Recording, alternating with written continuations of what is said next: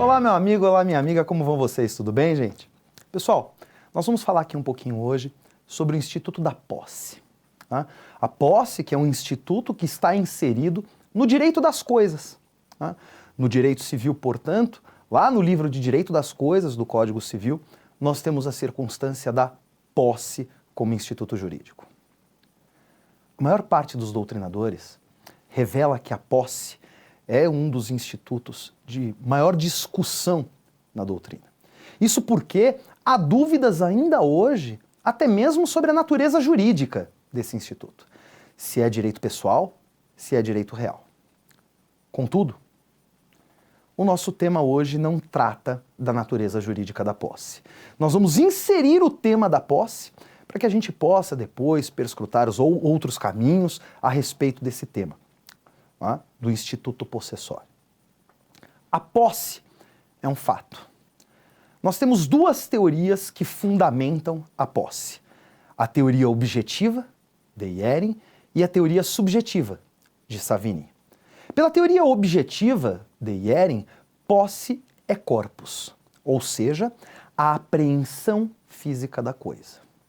Pela teoria subjetiva, de Savigny, posse é corpus acrescido de ânimos, ou seja, a apreensão física da coisa somada ao animus domini, a intenção de ter a coisa como sendo o seu dono. A maior parte da doutrina explicita que a teoria que foi acolhida pelo nosso Código Civil foi a teoria objetiva, de Iering. E, portanto, evidentemente, este é o posicionamento do qual nos esposamos, e por este posicionamento nós seguimos a construção da teoria possessória. Quando nós falamos em posse, é sempre muito complexo definir em que circunstância que se dá a posse. Eu vou buscar apoio aqui no Código Civil, no artigo 1196. Vamos ler lá o artigo 1196?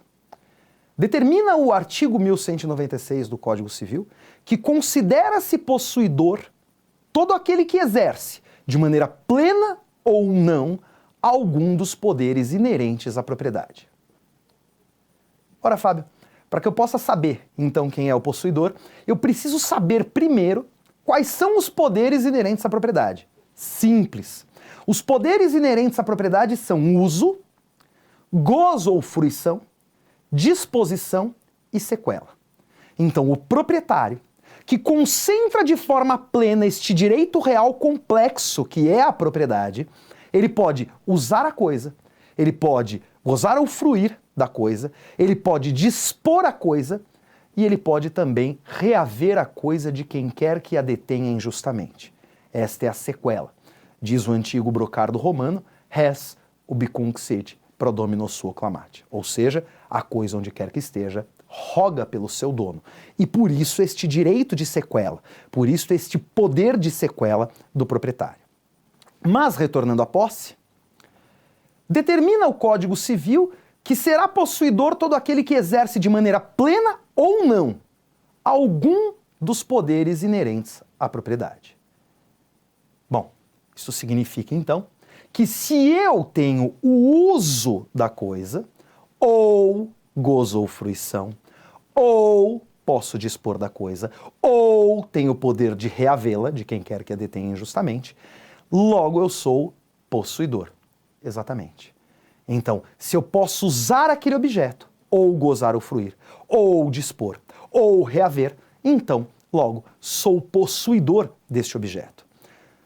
No entanto, meus caros, há circunstâncias de degradação possessória.